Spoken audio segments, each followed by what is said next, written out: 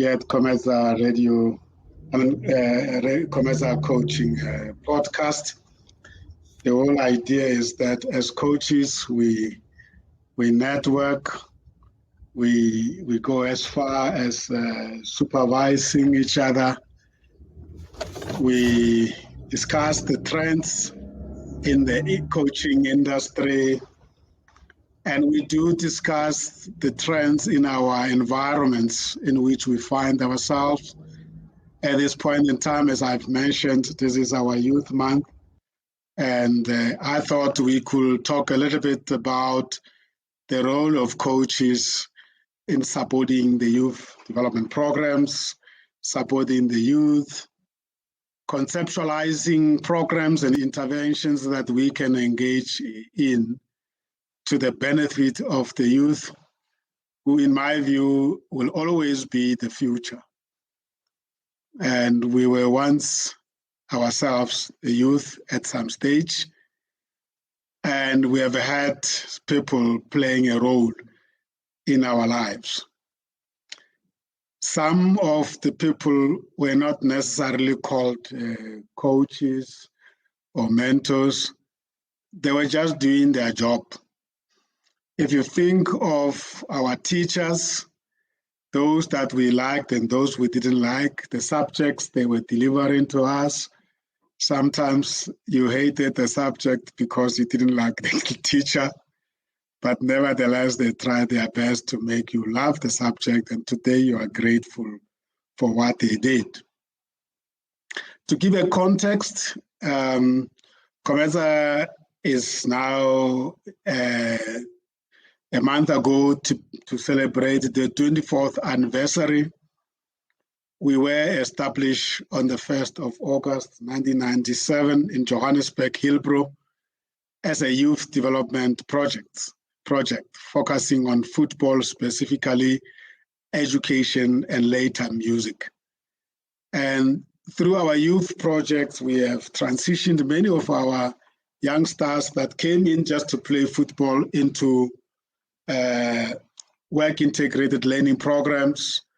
We had partnered with a number of organizations. Specifically, in this case, we had partnered with the Commercial Advancement Training Scheme of the SA German Chamber of Commerce, wherein we used to send the graduates from our program every year around September to the CATS program, where they will be interviewed, and those who were successful will then be handed over to the member companies of the SA German Chamber of Commerce, and then they will undergo a 2-year work-integrated learning, which was always 1 day a week at the college and 4 days in a company that might have hired you, and you will rotate from department to department for a period of 2 years.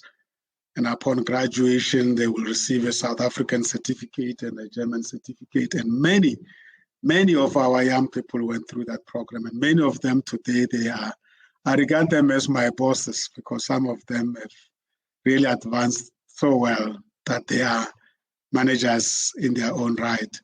And they never stopped studying, and they continued.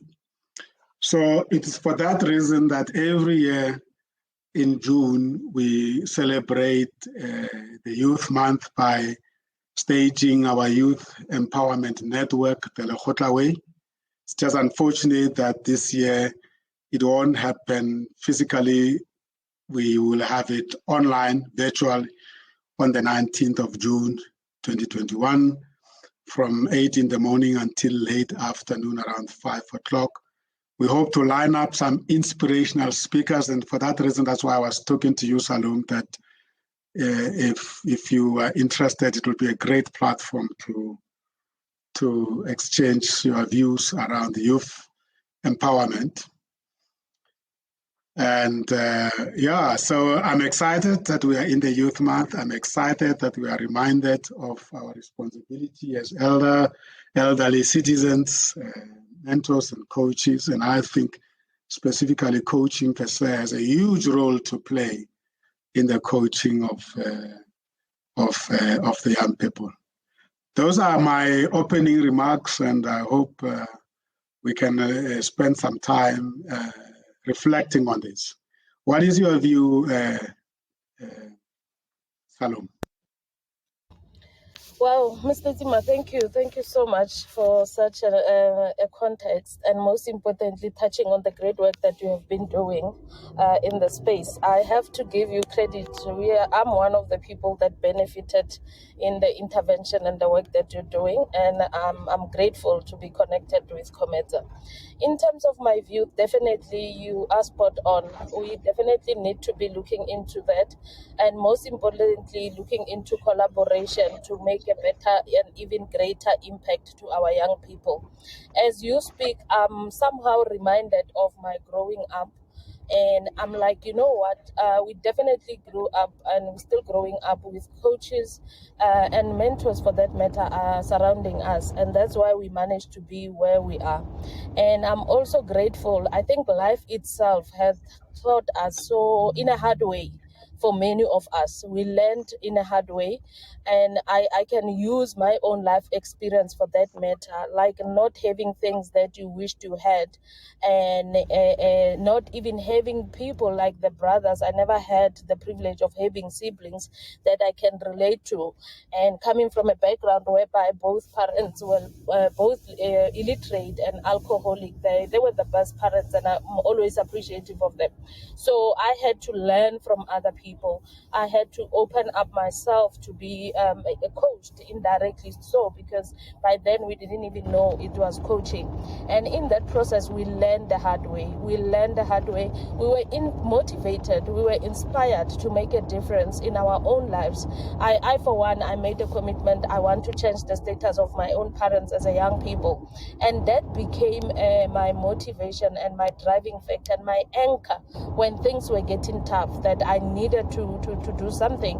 I needed to stand up and you know what, brush off the dust and move on despite the pains and everything that I went through.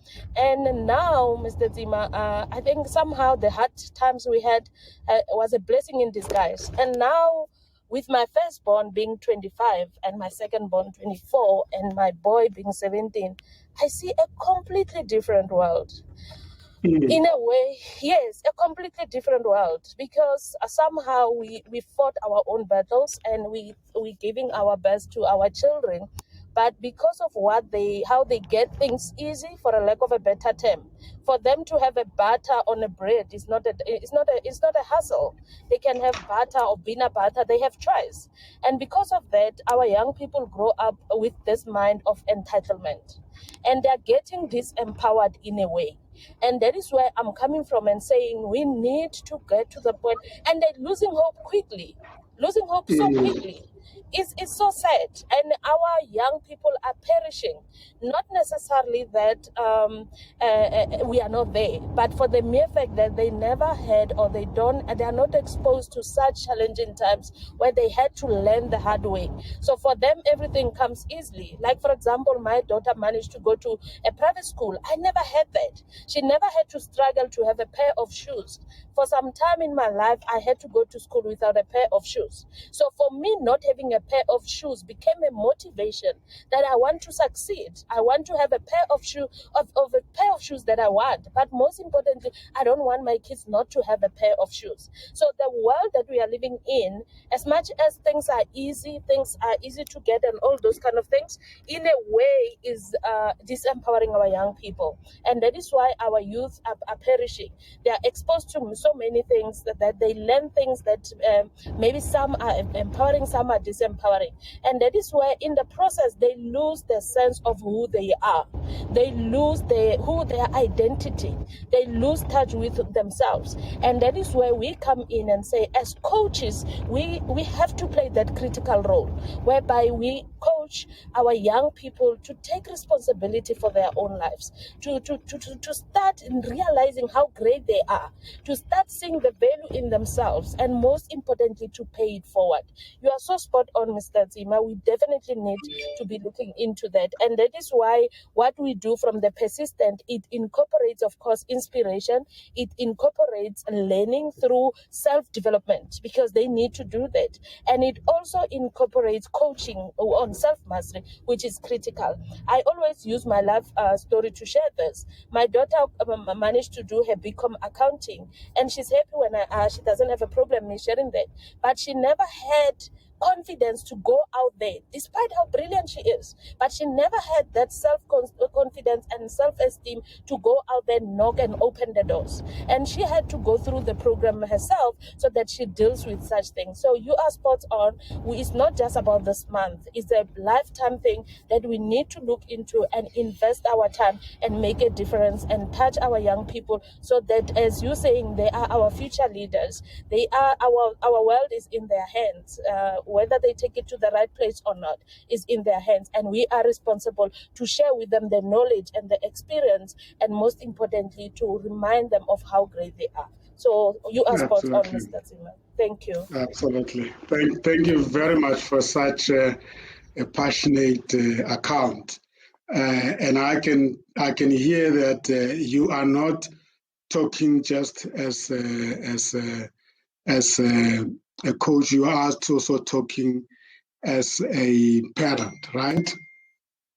Definitely, Mr. Zima, definitely. And a parent who's coming from the point that I never had that support, I never had that inspiration within my main family. And definitely it comes from that. And that is why the passion around youth empowerment and the passion around empowering our young people and coaching them to better thrive. We say we empower young people to thrive in this world, to thrive and actually for a better life and a better livelihoods. And that's where we're coming from definitely from that point. Thanks. Wonderful. I've just invited Ruben to join the Speakers Forum, make his contribution as a coach. And I see George has joined us. Welcome, George. Hello. How are you? I'd actually sent you a message to say I can't log in, but I have power. But anyway, we're all sorted now. Wonderful. Welcome. We are discussing a very important topic that we are all passionate about, and that is what role can coaches play in supporting youth development, youth empowerment, in really supporting youth program out there. They are our future. We were at some stage, the youth, we were helped by people who were just doing their jobs. They were never called coaches. But now we have this concept called coaching, which can really enrich the work that parents and guardians have to do in bringing and supporting the youth in such difficult times we find ourselves in. Your opening remarks with that in mind? Yeah, in some distant past, we were youth. No, seriously.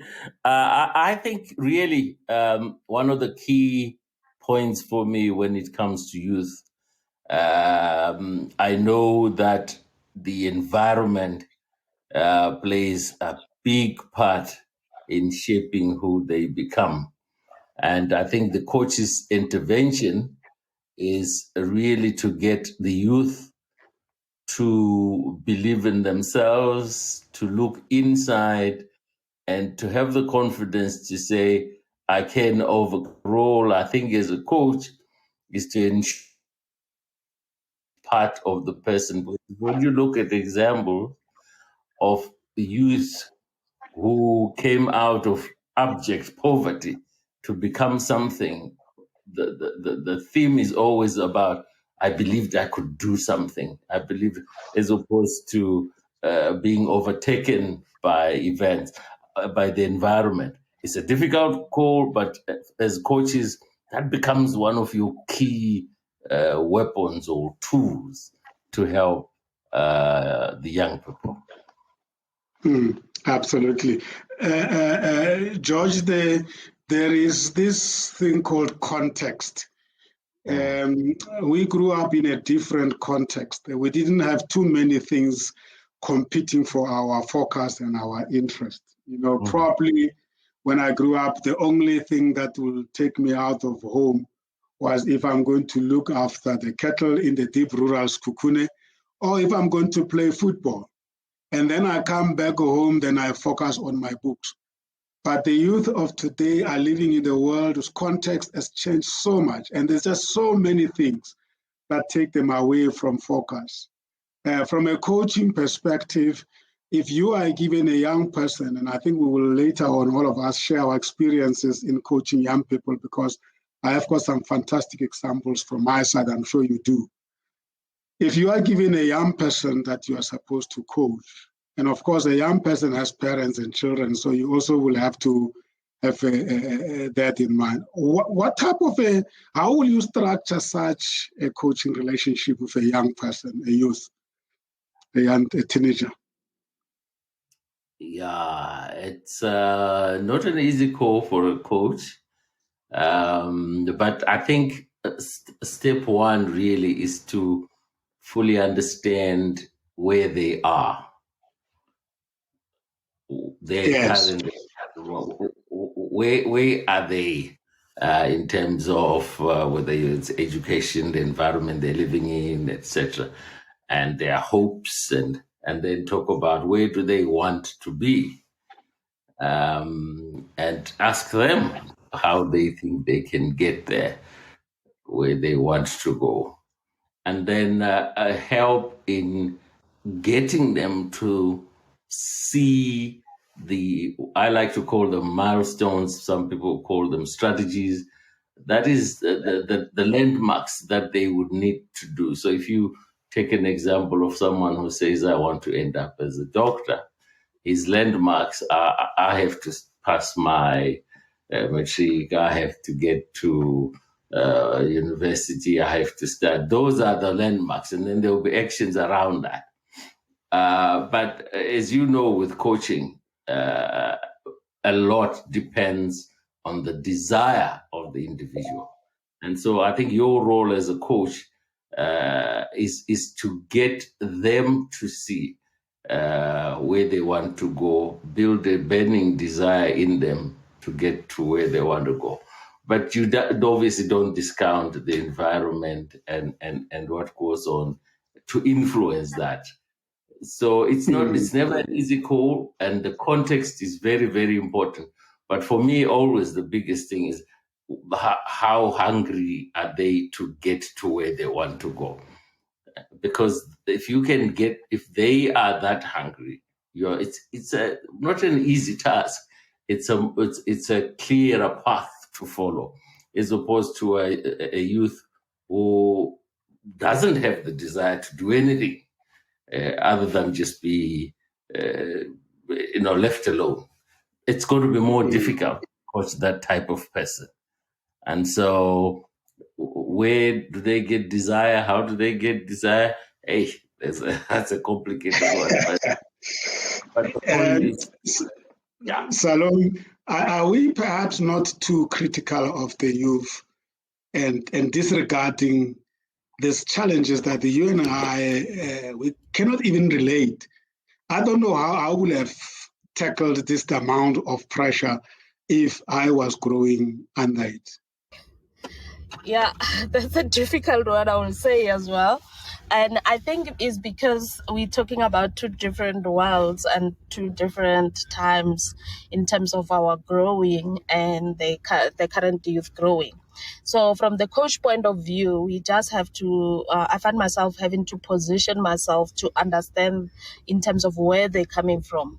And I think one other thing that I find working, and it's definitely a challenge because the expectations are different. The pressure is even higher, as you rightly said, Mr. Tima. At the moment, they have role models, even whereby role models becomes people on social media and all those of things. So they are more challenged than we were, and in a sense, they are more crushed, easier than we were at our time. So what is happening is that with where I'm coming from, I normally use a life story. That's why we use the storytelling to kind of for them to relate and for them to start realizing that it's not like we got it easy ourselves. We all had our fair share of challenges, and then because of that, they start relating with us and noticing that definitely there is a challenge in life, there is a moment to fail. And there was this thing that was said now in terms of the young people getting to the point whereby they kind of having, when they have the challenges as well, and then for us as coaches to come in is for them to be inspired, because when they get inspiration they have a reason and a motivation in terms of them doing things differently and start seeing life differently. So where I always comes from is to try and inspire young people to get the motivation beyond themselves, so that they can have a reason and have all the passion and determination to go out there and make a difference. So another thing that I find very interesting is to being honest with young people. They define things in different ways, and of which we need to respect that where they're coming from, and definitely without telling them what to do and how to do things. But most importantly, to being honest with them and realistic about the challenges of this life and all those kind of things. One other thing that I've identified is that they can't associate with failure. Young people, when they fail, it doesn't matter how small failure is. It can be a subject or whatever. It crushes them completely. To the point they lose hope completely. Then that's where, as coaches, using storytelling and all those kind of things, start sharing the scenarios and examples of the challenges and things that they are facing. That is not the first time with them. These things happens. We have also experienced that. So definitely it's challenging for us coaches, but there is definitely hope in all these things. Let's use one of the coaching phenomenon or principle, George. I don't know if it's a principle or it's a common coaching practice, and that is, if you are going to coach me, you have to become my thinking partner, my collaborator. You hold me accountable, yes, but you have to work with me in formulating the coaching goals that the coaching intervention is going to take us to. Now, I'm imagining you, George, sitting with a youngster, and you say to him that, listen, I'm going to be your thinking partner, and we are going to work out the way forward. And you give him freedom to disagree with you in the goals you are setting in. How do you make sure that you don't become irritable and put your mentorship hat or a parental hat and say, listen, I know better. This is where I think we need to take you to. Must be hard. Yeah. First, let me also start by saying, I don't often coach young people. I'm more focused on executives, etc. But the mind is the same, and so I feel comfortable in talking about this. For each person who eventually gets anywhere in life, everybody has a vision. What is your vision? So whether you're 16, 15, 18, 20, what is your vision? What do you want to be? That must be a starting point. And every child will tell you, I want to be a pilot. I want to be whatever they tell you. And I wouldn't then say to him, oh, but actually you should change it. What do you do, George, to those who are living the visions of their parents, strongly so, from home? Well, there's something okay, so maybe let me digress a bit. When we talk about purpose, all right, there is purpose that comes from some internal. This is where I feel I'm going to be. Then there's what we call inherited purpose. So if you take a guy like Martin Luther King, his father was a reverend and an activist. And Martin Luther King grew up in that environment, and he took that as his purpose. He inherited that as his purpose. And it resonated with him. And he became who we know him to be. So it's not always that when you have an inherited purpose, it is a negative. It might actually be great for you. But if you don't like the purpose that your parents are setting you, that is when we talk about, what is your vision? Where do you want to go? So let's say we've defined a vision. we will then say, what strategies do we need to put in place for you to be? Let's say he said, I want to be a business person. I want to own my own transport business and run. So that's his vision. Okay. So for you to be able to do that, what do you need to know? So maybe I need to be able to understand the accounting or working with people. Whatever it is that the strategy is, then we define that strategy. Then we say, and for me, this is the most important thing that I talk to you about, desire. To say, for you to achieve that, what limiting beliefs do you have? Where is your mindset in terms of that? On a scale of 1 to 10, how badly do you want this? If he's saying to you 4 out of 10, then you know he doesn't want that. But if it's a 10 out of 10, I'm going to be a transport owner, and then you know he's where you want mentally. And then you then say, okay, so what's holding you back in terms of that? Oh, I don't have finances. I don't have supported home. Nobody likes me. Whatever it is that he writes there. And then now that's defining your role already. I don't have support. Then okay, what do I need to do? And then you find out about the energy. What are his energy drainers? What takes him away from his target? Oh, my parents are always shouting at me, whatever it is. And then we say, what energizes you? What gets you to jump up and be that transport owner? Define that. But you see, by writing all that and defining all that, by the time he leaves, in his head, he's got a picture of his vision, the strategies that what is holding him back, what drains him, etc. And then we say, okay, so how do we ensure that we don't get these drainers coming into your life? Whatever it is, maybe it's toxic friends. Okay, let's get rid of your toxic friends. It's easier said than done, but let's say identify that and say, okay, so what are the things that we will do for you to migrate from your toxic friends? Put an action around that. And then, because it's a slow process, this whole thing. But once you get him into that capsule where he is actually beginning to think of where he wants to go, the trainers, the whatever, all you need now is to keep him energized, to keep wanting to do that.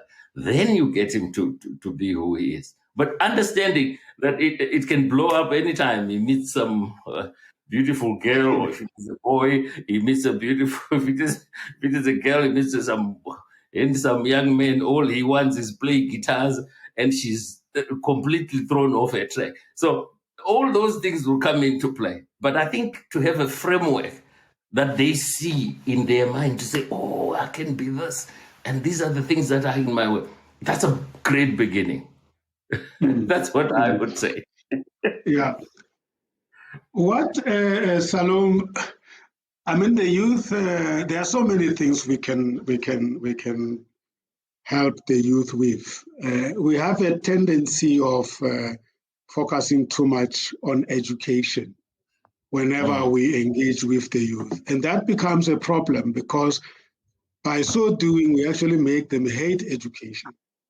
Or sometimes we make them to become super robots. Yeah. Now, let's think out of the box in the context of today.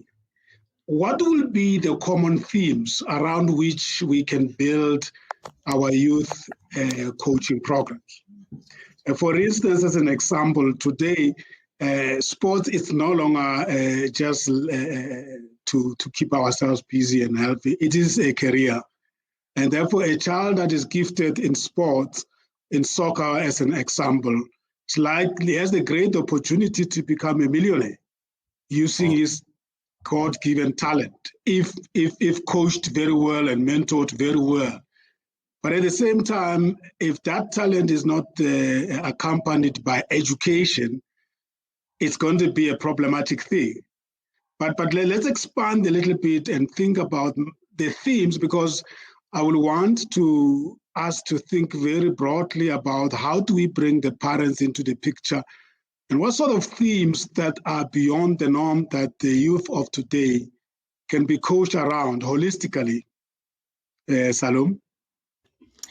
Thanks. Thank you so much, Mr. Zima. Definitely spot on that. I think the challenge for us, for coaches, and not just coaches, for parents as well, is to allow our children to be themselves, and in a way that respecting the fact that each and every young person, including ourselves, we are unique in a different way. We have different passion. We each actually have a path that we need to be going, which is our own path. So that is why we say young people creating and forging their own career path.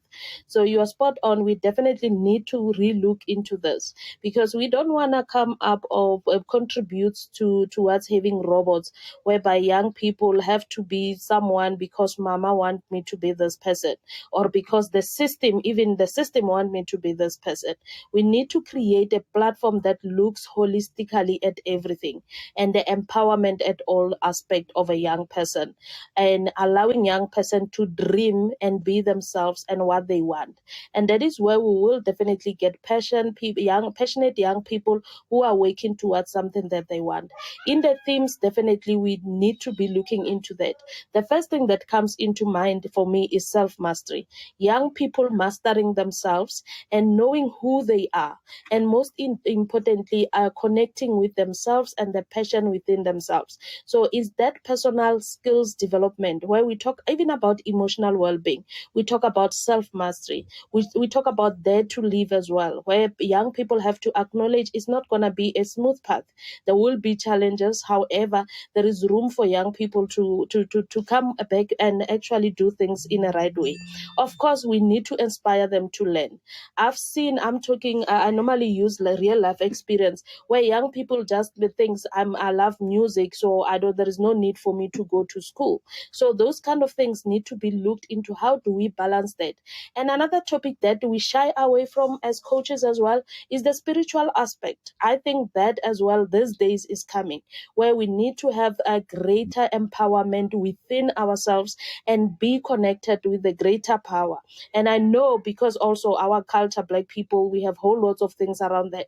So we need to respect where they're coming from, but getting that holistic empowerment and getting young people to be empowered to be themselves and supporting them in that. I like to give examples with my kids as well. The second one, she's not so much in books, but she loves using her hands and cooking and all those kind of things. If a young person says to you, my vision is not being a pilot, I just want to be someone who sells cookies or magwinya, why not? It's our responsibility to empower them to do that, and for them to get where they want to be. So definitely holistically, but let us open the room for them to define and forge their own career path, and most importantly for them to take responsibility for their own lives, authority, and own it completely. Thank you. I have somebody, persistent holdings. That is you, Salome? Yeah, that was me, Okay. unless All right. one of my colleagues have joined from another account. So yeah, the Okay. persistent with an eagle is me. Thanks. Okay. All right. Yeah. Is Mishti online? Because it looks like I see her on the studio, although she did apologize. Hi, Mishti. Hi, Sam. Actually, I've just come in for 2 minutes. There is a celebration going on in the family. Oh, yes. So welcome. We are glad that you could log in. It's a youth month in South Africa, and today's theme for the coaches is what role can coaches play in supporting youth development and empowerment? I'm sure you have some views there and some examples from India for us. Yes, empowering the youth is critical. Actually, I used to run a program called Catch 'em Young earlier, which was essentially helping the youth find their self-expression and their strengths.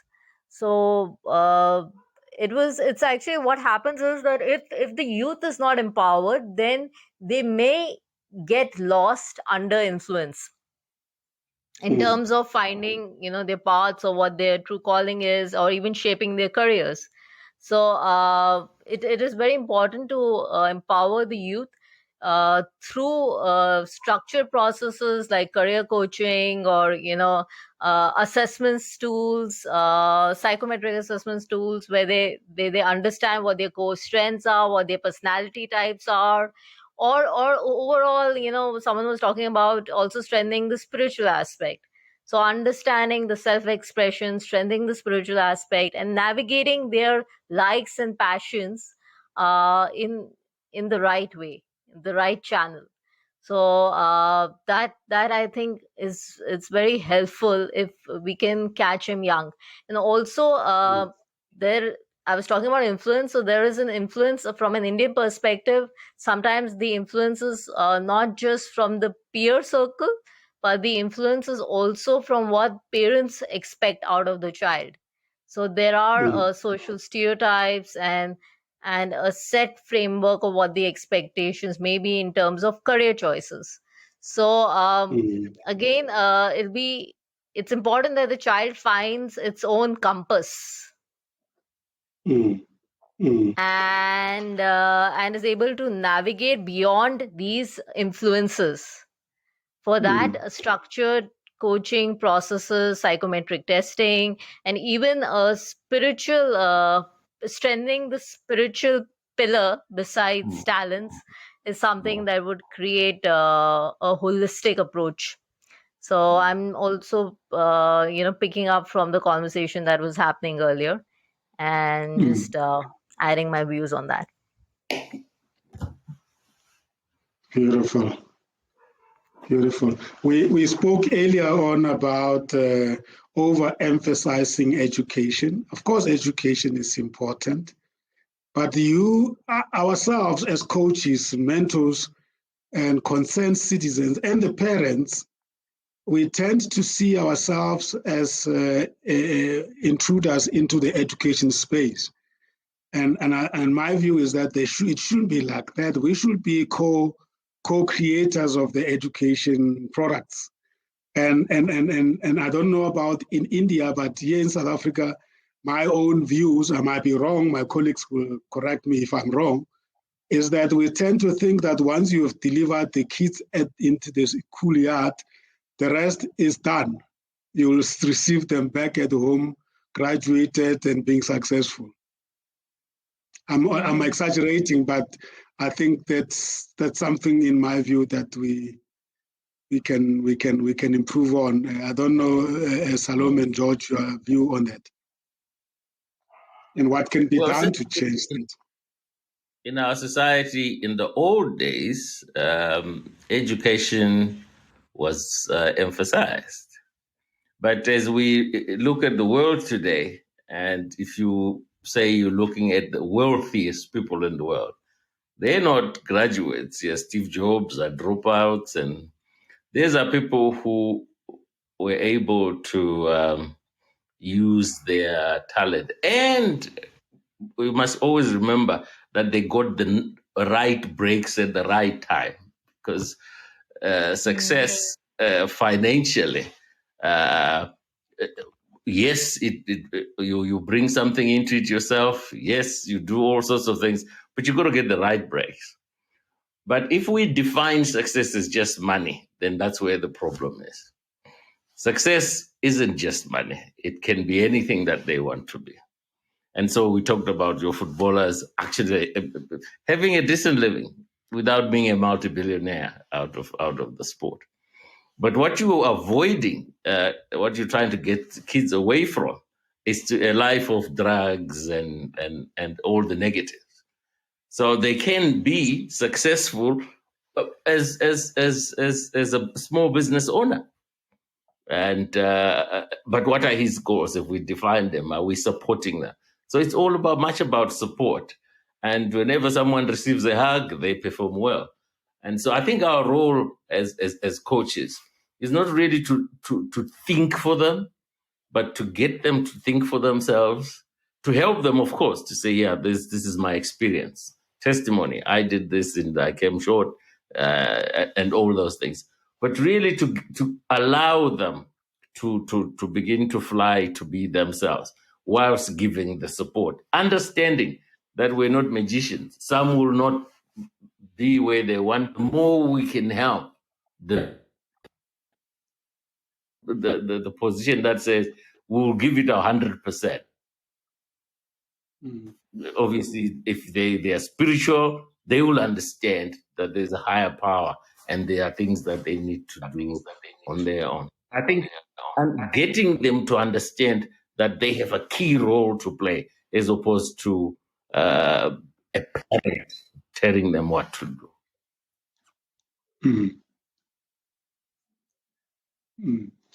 I've had a wonderful experience of coaching a young person who was in coach him from grade 11 to grade 12, and I got him at the point when he was really in a very pressurizing state. He wanted to become an entrepreneur, and he chose the type of the business which was worrying me, because it was really more on the entertainment and holding gigs and getting the friends to come and participate, but then in collecting money. But at the same time, having to finish the studies and go to the university. And I've had a very long conversation for months and months. Actually, I coached him for 2 years. And I must tell you, what I've learned from that was that we didn't try very hard. We just discussed. We just entered into conversation. I actually supported him, but I always showed him the downfalls of trying to do too much at the same time. For instance, one of the things I used to bring to his attention was that if you get your grade 12 results very wrong, everything you are thinking of could just collapse. But if you get your results very well and you go to a great school, university, you can continue at the university with this type of a business. But what is primary for you is really to achieve something that you can build this business on. And the success of it was that he was accepted at the local university. At first, you had a particular university, he wouldn't budge. He wanted to a particular university. And I know the parents had another university in mind. But what was amazing, we had a conversation about if he was to choose a city in the world where he would like to study, what that city would be. And we went around the world and we discussed about the pros and cons. The short of it is that he's doing final year. In fact, he has almost completed final year in China. And that was his own choice. So what we tried to do out of that, we actually brought him, we made him interested in bigger than the things that were just in front of him. What I'm trying to say is that I wasn't sure that we were cracking it, but just having conversations on an ongoing basis and building that rapport, he figured out himself. Ultimately ended up actually going overseas and studying. And I'm still to ask him what happened to that business. I know he's an economist, and very soon he will be coming home. So that was really a great experience. But I don't think a lot was done by me, other than just becoming a coaching partner for him. A lot was done by him and the parents based on the themes we raised from the coaching session. That for me was, and I was saying to him that if I had that kind of thinking partner during my youth days, there are so many mistakes I've done. I could have straightened up my approach, but and that for me, it said to me that it's really, really very important that parents invest in mentoring and coaching for their children and allow them to, because they will tell you things that they wouldn't tell their parents. And you will be able to help them to formulate the conversations with their parents without you necessarily being even there. And of course, if you take Komesa's experience, the 24 years We have worked with the youth through football, music, and using those as a means to address holistic development. And they figured out of themselves, I mean, if I can bring 50 odd such young people who are managers now in companies, no point in time did we discuss the type of jobs they were going to do. But all of them come up with some type of qualifications and careers and professions. So I think as coaches and as parents, perhaps we shouldn't be thinking too hard. We should be creating the platform for conversations to take place, as Salome was saying, capacitating them to have personal mastery, and Mishi, you saying that catching them very young and so that they are not wooed away from us by bad influences. Yes. So that is really my reflection and my story, and that's why we continue having this annual June month youth empowerment networks that we're having.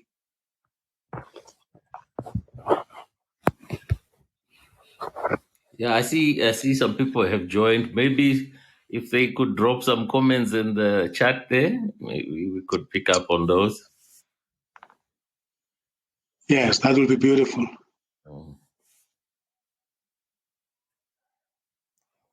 Yeah, as you say, yeah, carry on, John.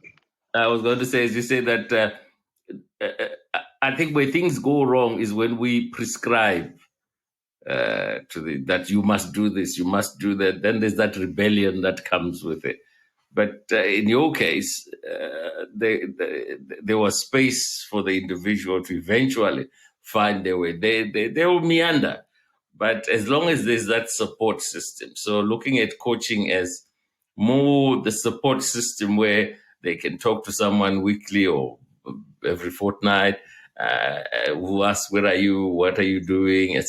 That in itself will be a catalyst for, a better focus and ideas. Because that's what coaching is all about. It's the questions that we ask that will eventually help the person to actually come up with solutions. And these guys can come up with their solution, but they need that support. Absolutely. And I need to commend the parents, because that was a paid-for program. It wasn't voluntary, and they put budget aside, and that was really a great investment in my view. Yeah, let's hear some of the colleagues. The colleagues that are on the public platform, if they want to join the speakers forum, I'm not sure if I could still accommodate someone. They could just drop a note in the box. We can only talk about what we know. I can only share with you what I know from the commercial side, from my own experience. But one thing I always want to say is that I don't know how I made it through, because I don't remember sitting with somebody, except my teachers perhaps, talking about my career. But we just went through life, and I don't think that's right. Even though we succeeded in life, but it was a hard way. There should be an easy way for us to pave the route, to pave the way for the young people to grow quicker, because leadership today is occupied by young people. And if you have young people that are not guided, then we are all going to suffer from that.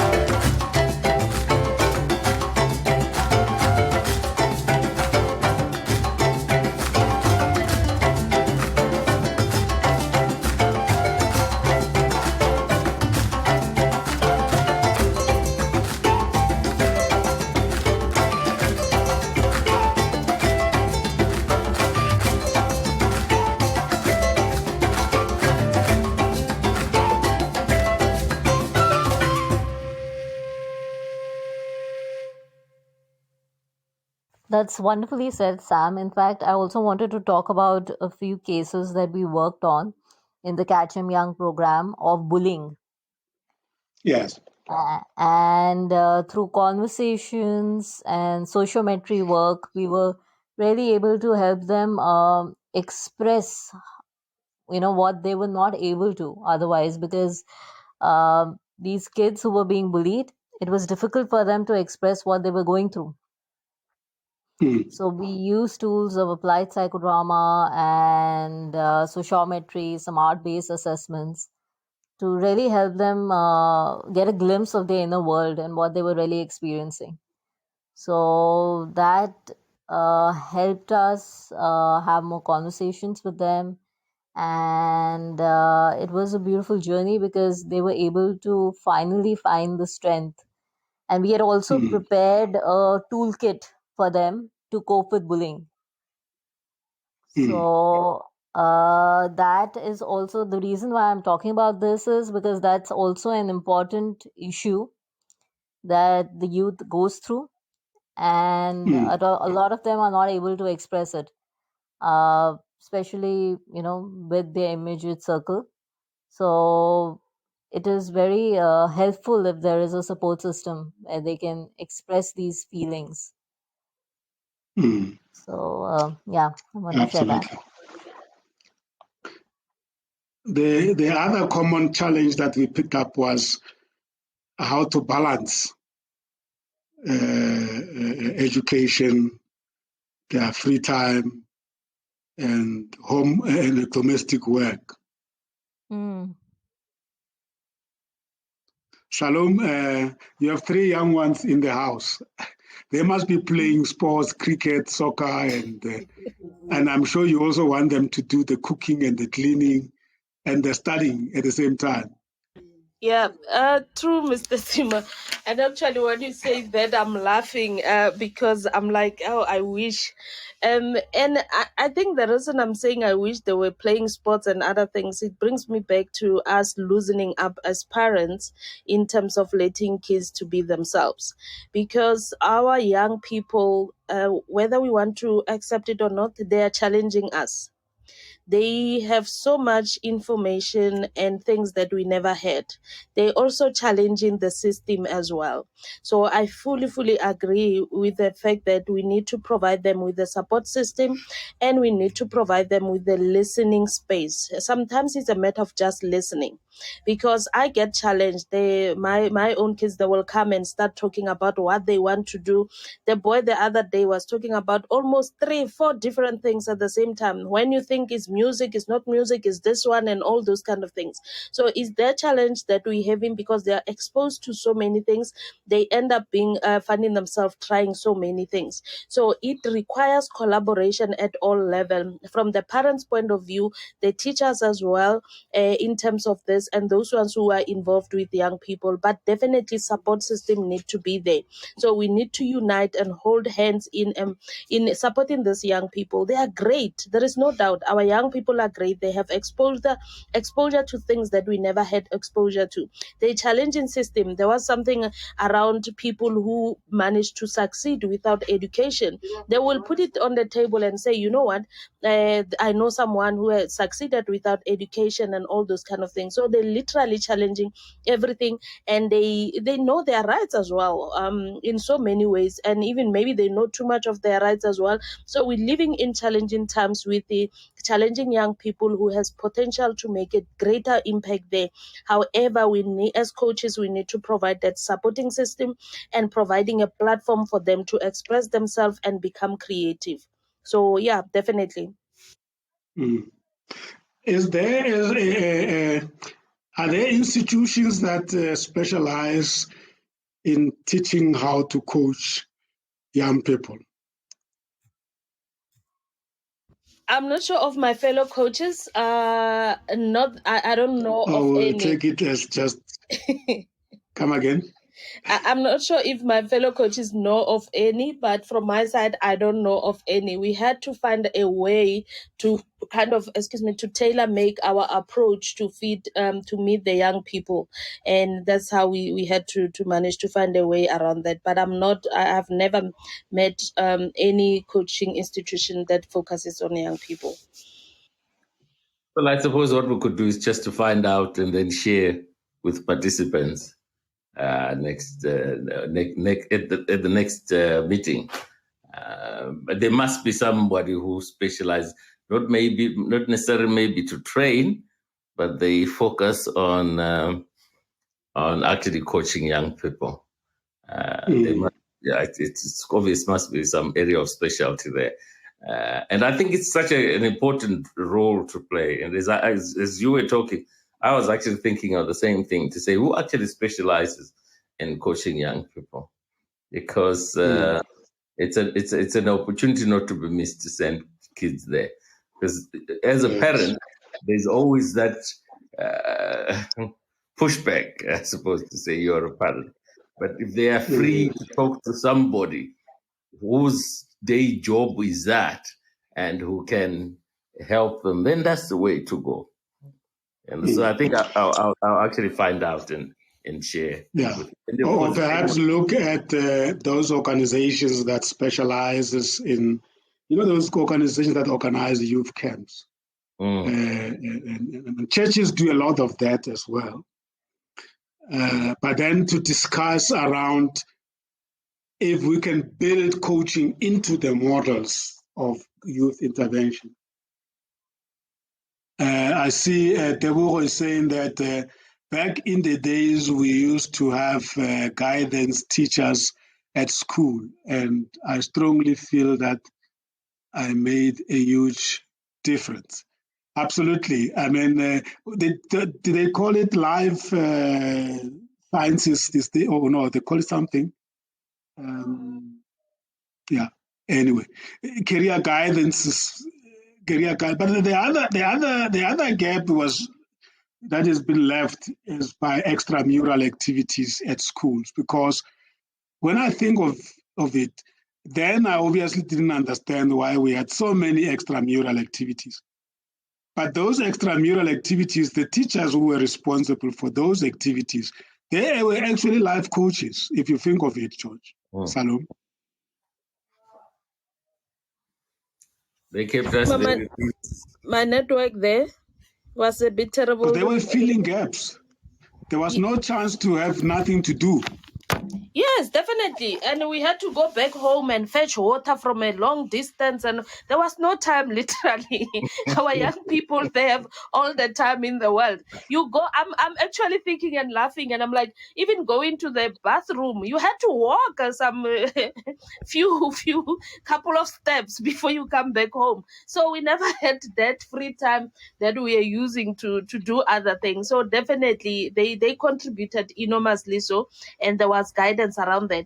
One other thing I wanted to say, I probably misunderstood the question then. From the persistent, we definitely work with the young people, and our program incorporate training of young people, but also in terms of self-mastery coaching for young people as well. So it's a space that we are very, very interested in and passionate about. That's great. Yes, so you may want to build coaching module into your program. Obviously, hopefully if there can be some support if with resources from a funding perspective, from our NGO side as well. I mean, that we will be very keen on that. And I'm sure there are a lot of coaches that especially those who are undergoing training, they are always looking for hours for them to be able to complete their diplomas and degrees. You are required to make certain hours. Those, Salome, are the type of institutions we could talk to, that if they have coaches that have to make certain hours as part of their qualification, they are encouraged to approach organizations like ours and assist with the young people who may benefit. You know what I mean? And such partnerships will be very helpful.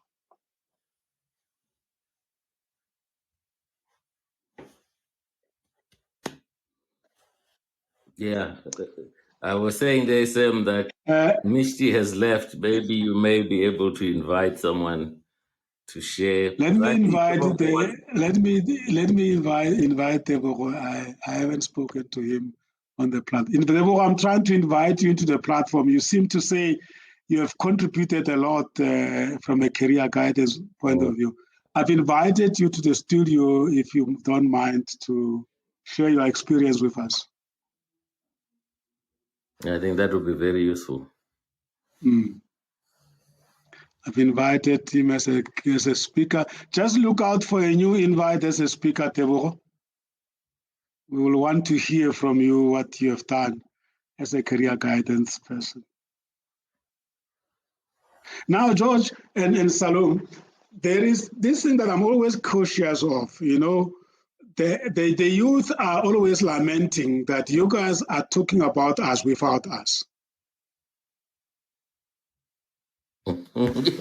Well, it is a good point. But I suppose when we're talking coaching, we are saying we need the one-on-ones with a coach needs one-on-one with the youth to help them. You think it might be a good idea to bring them on?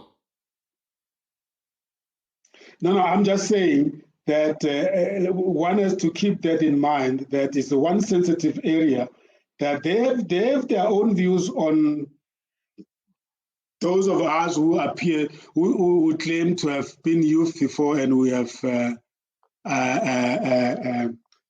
learned it all, and we want to help them. You know, and in coaching, obviously there has to be a sponsor. In the example I have shared, the parents were the sponsors, and that's all what they did. And I was a coach, and he was the coachee. And but they never told him. All what they said, it will contribute to his development, especially education, and many other things. So I think.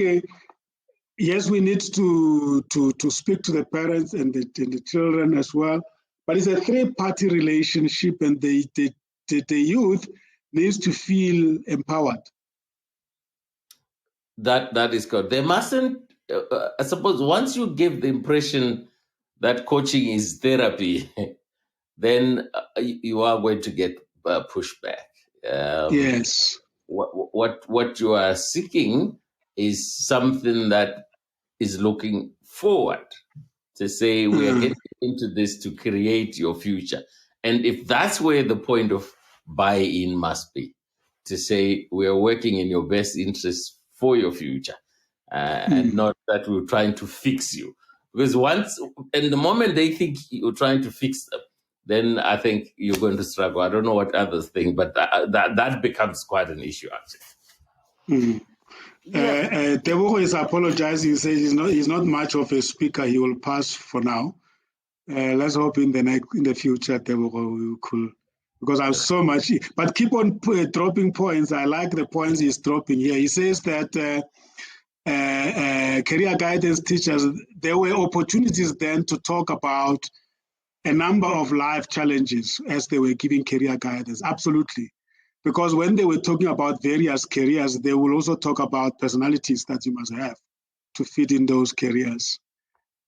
But why does it seem like it has always been like a offshoot? You know, it was almost like a filling time type of thing. And now we are facing situations where actually it can't be seen as filling time. It is so fundamental. Yeah. Oh, yeah. Of course, there were issues with the educational system, right? And everyone accepts that. And I don't know whether there's been some overhaul, etc. But those are the things that needed to be relooked at, to say, what are you creating? Because it's one thing teaching a child history of this, history of that, and quite another saying, how is it going to help him into the future? And that's what we need to be able to get to say, what do we need tomorrow as for this country, and therefore what do we need to create from the system? 10 A's or in history and geography, a guy comes out in his mind, he's bright, but how useful is he going to be in society? And so I think those are the things that need to be looked at. But as Yes. a coach and individual, also, Yeah. those are the things. Well, it's also us, George, to also be thinking ahead. What are the careers of the future? I mean, I hear you mentioning geography, but I know that without geography, you can't become a what do they call them, climatologist or environmental, whatever. I know you are just making an example, but it is really, really us to be creative in terms of the careers of tomorrow. I mean, between 2020 March and now, there are certain careers just disappeared. Now, if you have studied towards that career today, you can forget. I mean, those are the contexts we're talking about that didn't exist in our times. You know, careers were lasting long. Yes, and that's you knew you started. Japan was renowned for that. A guy would start with a company, and 64 years later, he's leaving the same company. That world has disappeared. That's gone. Yes. Yeah. Is it possible, Salome, to coach a youth wherein you overlap also onto educational space without also having a conversation with the school where the youth goes? I know about the parents, it's important. In many cases, they will be the sponsors. But how do we make sure that we involve their schools and their teachers in particular into our coach? I mean, I'm assuming that, in my case where I was coaching this youngster, I never at any point asked to speak to a teacher. And I think that is a gap on my side that if I was to do it again, I will really want to meet the teacher.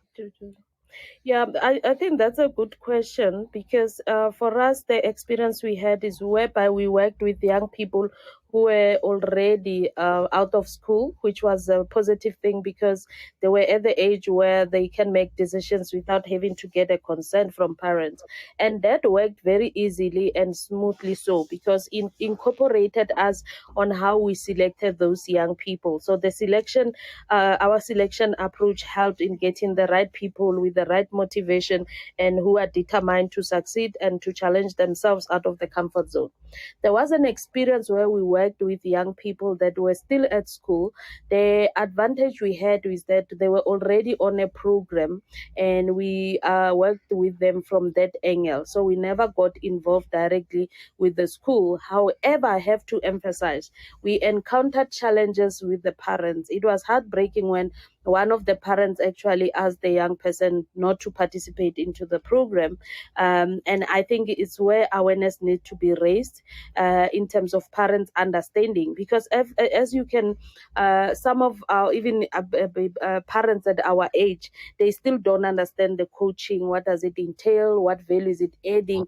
With some cultural sensitivity around that, because other parents, they're so strict because of some religion and all those kind of things. They think you are bringing something else. So there is definitely awareness that needs to be raised at the broader sense. Interestingly enough, we are now embarking on a school project whereby we're doing the culture of learning, promoting the culture of learning in terms of writing, speaking, and also reading as well, in collaboration with the local library here at my home village in Hammanskraal. So that is when we said we need to have all the interested parties on board.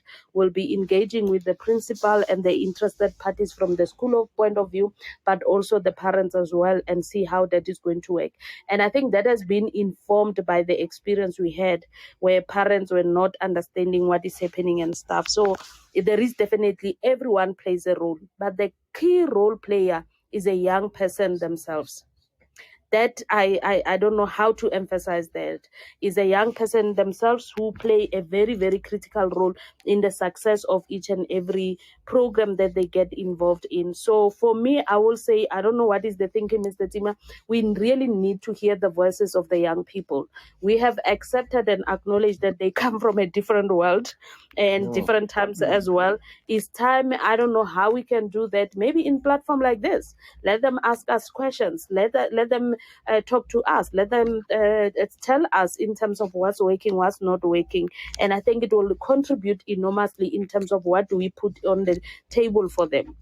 And I think that will be an added value, definitely. Absolutely. I'm going to try my best to see if, before we end this June month, if we can get some youth. Yeah, and please, Mr. Tima, just let me know as well. I can definitely bring some young people onto the platform to participate as well, if need be. Thanks. Oh, that will be wonderful. That will really be good. It's a good thing to do that. Certainly, because in our era, the message was clear: work hard, study hard, and you will do good. But that message obviously needs to be somewhat refurbished to meet the times. What do you say to them now? Because for that was the inspiration. Go out there, work hard, do your mom proud, do your father proud, go out there and now it's what do you say to them? And so I think this really, for me, this is where coaching plays a role. A good coach will get the young person to come out and be who he wants to be. As you always say, George, a good coach is a good listener. Absolutely. You can't be a good coach if you can't listen. You've got to listen and hear what's being said and what's not being said. All those things, and be able then to help somebody to move forward. Definitely. And I think another thing in terms of we also expressed, I'm glad that, Salome, you are working in that space of the young people. And by the way, Hammanskraal, we have some of our active members there. But we asked a question, and I think you answered it, and that is, who is actually specializing in the youth coaching? And so we might not find the youth coaching academies, but we will find organizations that have youth programs. And we are saying that as coaches, we need to engage with those organizations and encourage them to bring coaching into their modules, into their programs. Because we are trained as coaches, we know what coaching is all about, but we are now wanting to bring it to the youth sector, if I may use that way, and perhaps collaborate. And I think maybe on this platform also just to share our experiences, what will be the common challenges trying to coach a youth? I always listen to my brother Patrick very attentively when he shares with me his experience as a youth coach, because he coaches for football in this case, for under 17. And he was always saying to me, you know, when we are coaching on Saturdays at the ground and there's a game, you must know that there are 100 other coaches outside. and they're all coaching their own children. So one of the challenges of coaching young people is that the parents have got vested interest. Sometimes you can't help it, but just also have to consider them as your clients.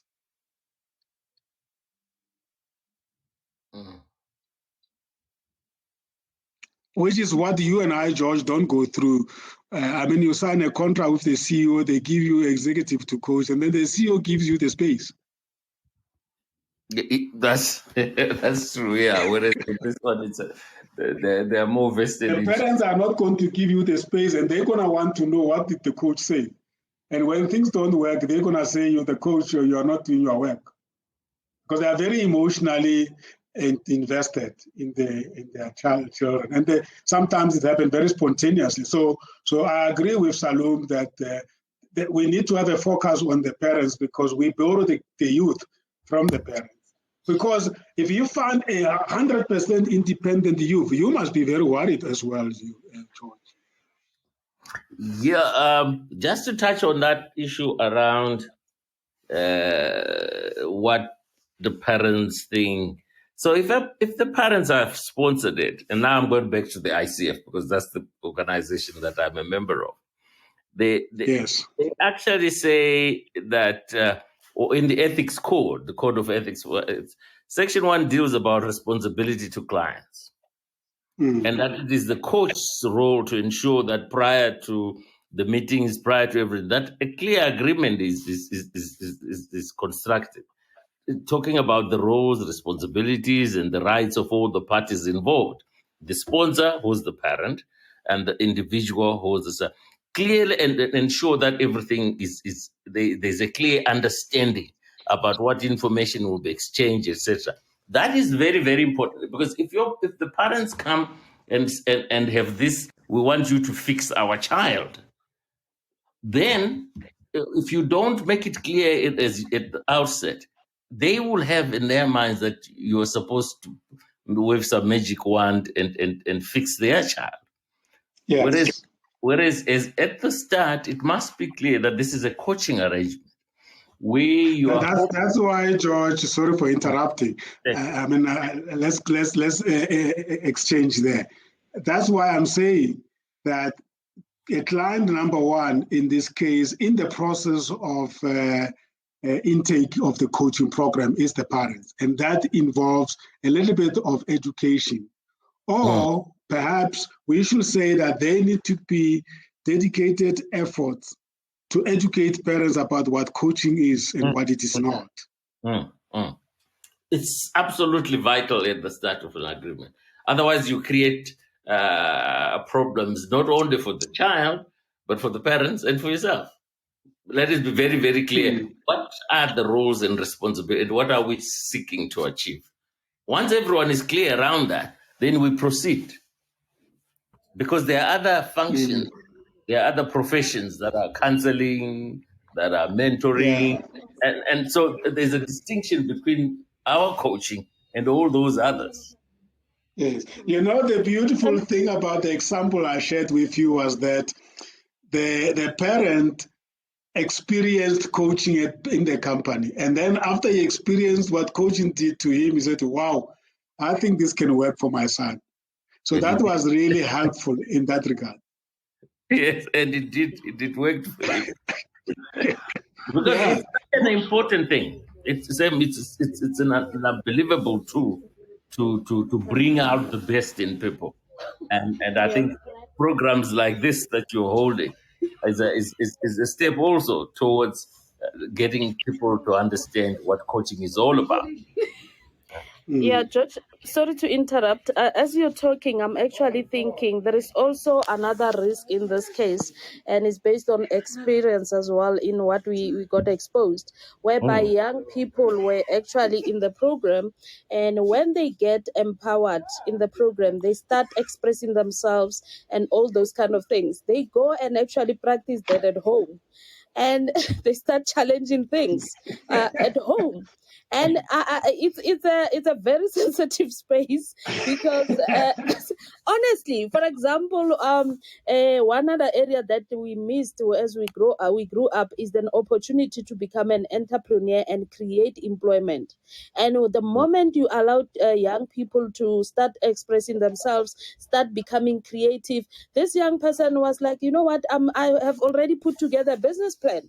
And she goes home, mommy says, go and do this and that, and he's pushing this business plan. So there is that risk whereby as well a young person will be empowered, and as they get empowered, they transform into a very responsible individual who's ready to face the world. But the first world they're gonna face is their own family, and then they're gonna start expressing themselves in there. And that as well need to be clearly articulated from the onset, that bringing us on board or bringing a coach on board, these are the pros and cons of the whole thing, but in a positive way though. By the way, thank you very much for that insight, Salome. By the way, this is also the same case with coaching others or executives. I used to have, during the chemistry sessions, I used to have what I will call, for lack of a better word, I will call it unintended outcomes or outcomes of coaching, or let me say spin-offs. To put it on a positive light. I mean, there are spin-offs from coaching over and above the coaching goals and objectives that you will contract on. And one of those is exactly the point you raised, that people become more empowered, they become more enlightened, their worldview grows.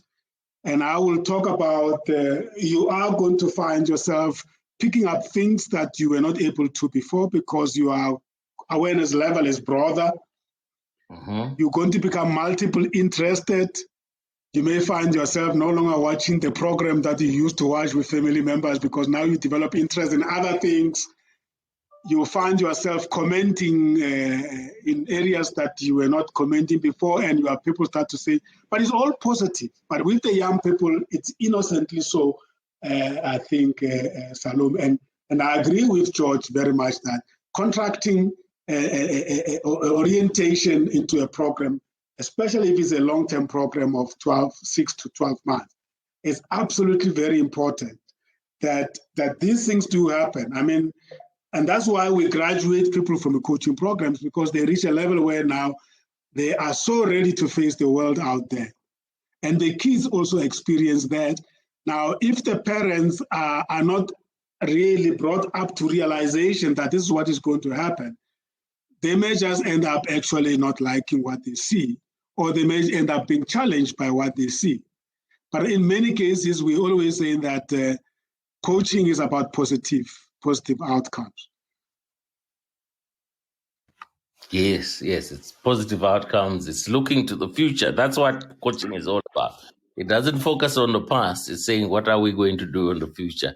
How can we best help each other achieve the goals that you're setting yourself? Because no point in looking behind the mirror. That's history. That's done. But the future is looking forward. Mm. You know, Salome, what I think, thanks, George. Absolutely. Salome, what I'm thinking, because I'm still stuck with this risk that she has highlighted, is a real risk. What I think could be done, and allow me to go into advisory mode now. What I think could be done, Salome, is maybe ask the parents to become your conscience, or to become observers of the changes, and every now and then touch base with them to give you input on a week-by-week basis as to what they are picking up. How will that work, in your view? Thanks for that, Mr. Zima. That will definitely work, and I think it also contributes to the fact that we need the parents on board in this process. So definitely, Yes. they need to be part of the process, and maybe even themselves to be clear, to know that this is we getting engaged when the child is here, so that they also observe in terms of the contribution towards the what we're doing. However, being sensitive as well on confidentiality, because that Yes. becomes another thing. It can be a good thing, but it can also make a young person, especially those ones who still need parents' consent, not to open up, because they will be knowing my mom, my dad is involved as well.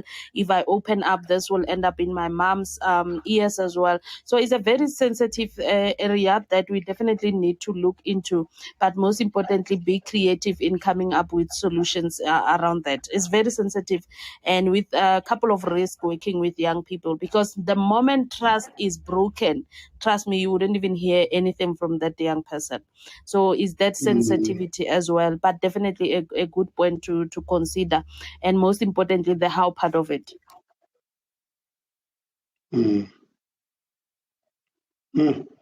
Wow. It looks like it's not as easy as we think. No. No. Nothing is easy in life, Sam. Yeah, I think actually when we talk But about certainly this, very, very interesting. I'm reminded of another experience whereby a young person, this was a private coaching where the mom actually recommended that I engage with this young person. And it was, the mom was somehow suspecting that her daughter is probably taking some drugs and all those kind of things, smoking and things. And she didn't have any kind of idea if that was happening and all those kind kind of things.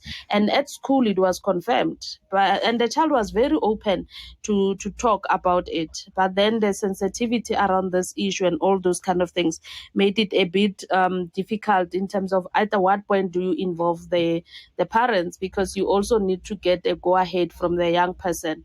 And there was a point where the recommendation was that, look, maybe let's get both the mom and the daughter sitting and talking. And she was literally saying, no, I don't want that.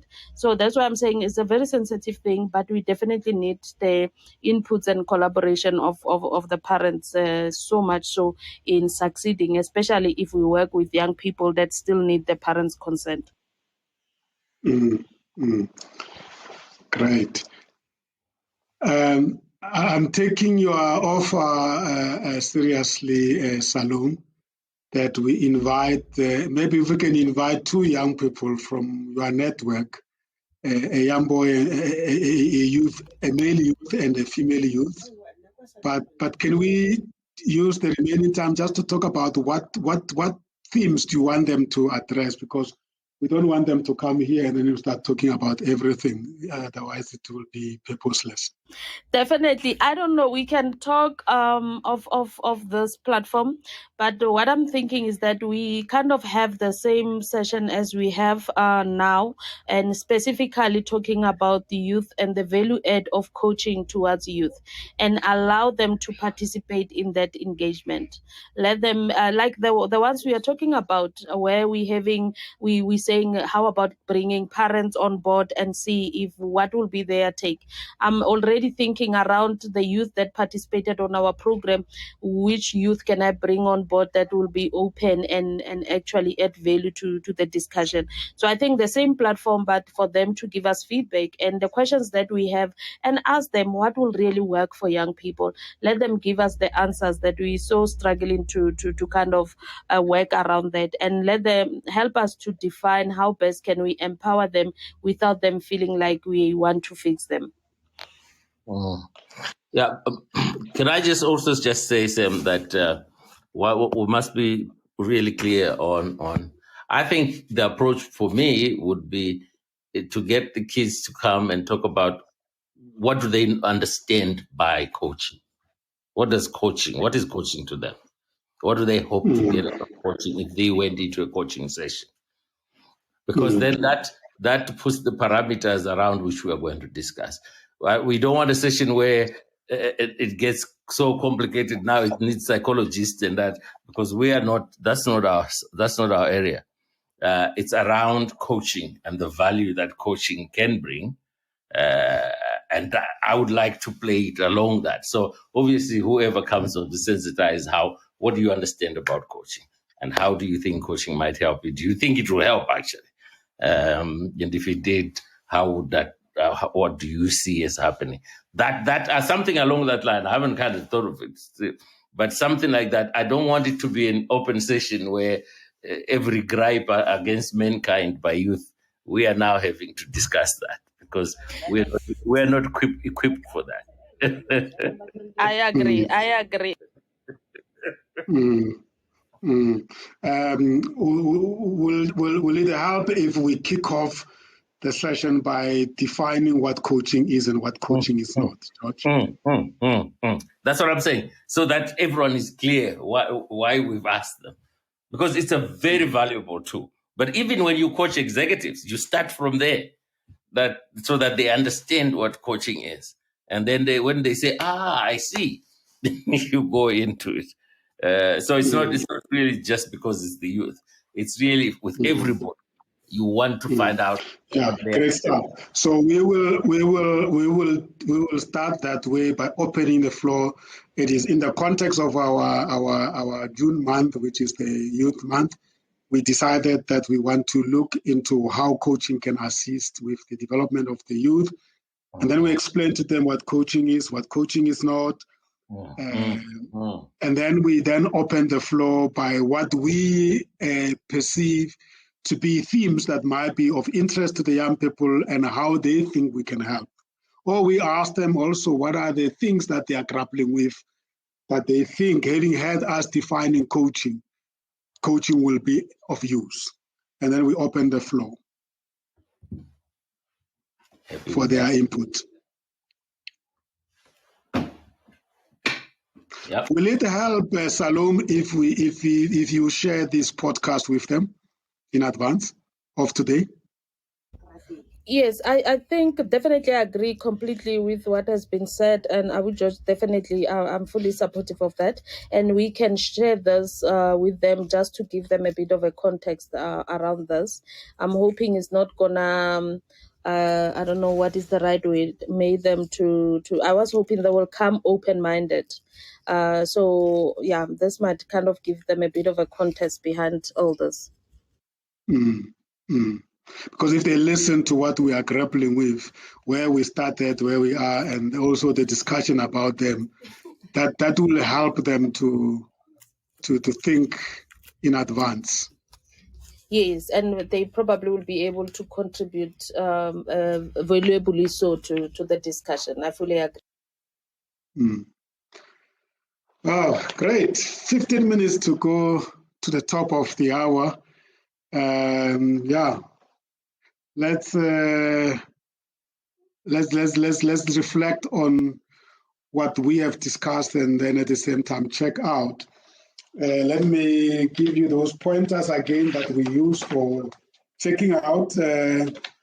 Let's just reflect on what we think was confirmed by our conversation, some aha moments that we picked up, new insights that we generated for ourselves, the take home, and what we think we need to do differently going forward around this topic of coaching on youth development and empowerment. I didn't think it was going to be that heavy, but I felt it. But I enjoyed it, obviously. Yeah. The other Let's thing reflect. that I must, before we even get into that, there was a point that we came up with that we might have to look for people who coach youth and what have you. And I think if we were to identify one of those people, it would be great to have them on this program, whose day job is to coach these young people. Mm-hmm. Yeah, it might be a great idea to do that. So we'll look in the meantime. Okay. Is that your checkouts, George? Okay, I might as well just check out. I thought I'll just bring that in before I forget the point. Yes, I've noted it down. Yeah, it's a very complex space. Coaching young people, coaching anyone is a complex space, but coaching young people is I think even more complex and requires, I think, a lot more discipline and a lot more of the testimony kind of where they can see what has happened in other people's lives, whether it's your life as the coach or people who they relate to. There's a lot more of that, and the fact that the times are different. The time we grew up and the environment that they are growing up in now. It's very much interconnected. News spreads very fast, and negative news is easy to access. Positive news is easy to access, and a lot of influence from outside what the parent does. And so it's a difficult environment for kids to grow up in. Much more challenging, I would say. And so for my part, it really would be, it's a subject that we need to look at with more detail. And hopefully we can pick up one or two things that we can say, let's share with the youth to help them, those who are willing. Because in any environment, you're not going to get all the kids wanting the same thing. But there will be those who want to move forward. And that's where the target should be. Yeah.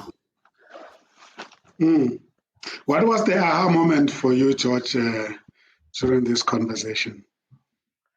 Yeah, I think that discussion that you had about the child, the boy that the child that you worked with, who I think in his own head eventually worked something out from what he wanted to do at the start, which is what all kids do. That's what we all wanted. You want instant riches. I'll sell this, I'll have money, and I'm buying a car, as opposed to I'll take the long road that is through college, etc. But he worked it out. So for me, that was an aha moment in the sense that it can be done.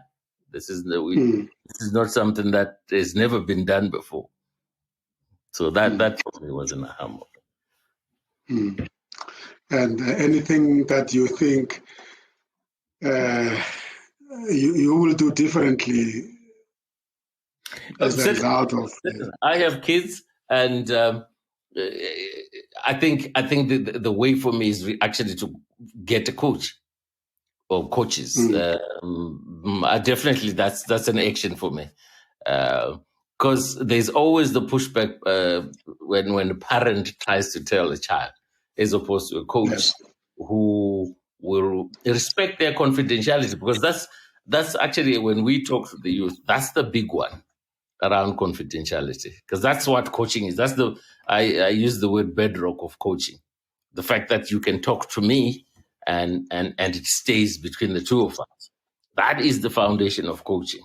And if the kids can understand that they can talk to their coach, and that is the foundation of the relationship, then they are open to say what's in their deepest heart, and that's how we can help. So there's a big action. Wonderful. Great stuff. Thanks, George. Salom, you are checking out? Thanks. My checking out, it is confirmed that coaching will contribute enormously in empowering our young people to bring into surface their creativity and the greatness that they have within themselves. Aha moment for me is the fact that definitely is now different times, which requires us to do things differently, and most importantly, to be flexible enough to meet the needs and expectations of young people. My take home is the fact that collaboration is key. We spoke about creating platforms for young people to talk, and I'm looking at us in terms of doing coaching and training and all those kind of things, and saying it's a time we collaborate with the right partners that have those platforms and refer our young people to those platforms. What I will be doing differently, definitely bring the young people into the space whereby they speak and they share with us and they inform what offerings we are putting on the table, instead of us just creating those things for them. So for me, that is definitely my check out in all this. And thank you so much. Thank you so much. Yeah, from my side, wow, it was confirmed indeed that the youth are the future, and we are all passionate about it.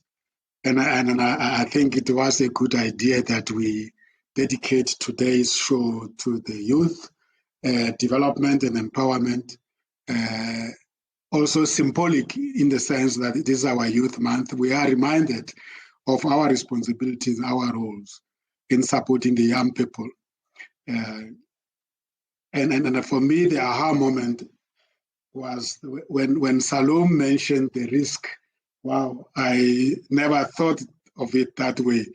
That as you empower these young people through coaching, they will go and practice at home, and the parents may not be ready for it. And that brought me back to the realization that the sponsor, in this case being the parent, can't be left out of it. However, you also cautioned us that there are confidentiality issues there as well.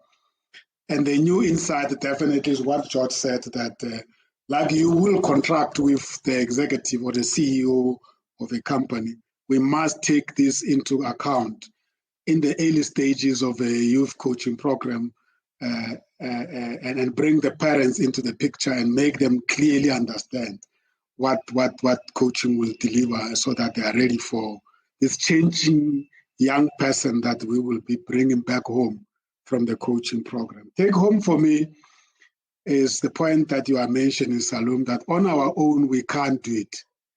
we need to collaborate with other organizations. And then, in my view, George, this is one area where we are not necessarily going to be making a lot of money as coaches. So it's almost like what ICF does through their foundation. If you remember, a number of times we are requested as ICF coaches to contribute voluntarily pro bono to the ICF foundation work. Perhaps such coaching of youth could be done under such context. Right. And hence I mentioned that our non-governmental side of our business maybe is the area where we could place this, and hopefully we could get some resources from various places. My new behavior, definitely, as I said, that my previous program where I engaged with that young person, one thing I left out was conversation with that young person's teachers, because they could have enlightened me in one way or another. And that for me is a new behavior when I'm to coach young people. So yeah, wonderful stuff.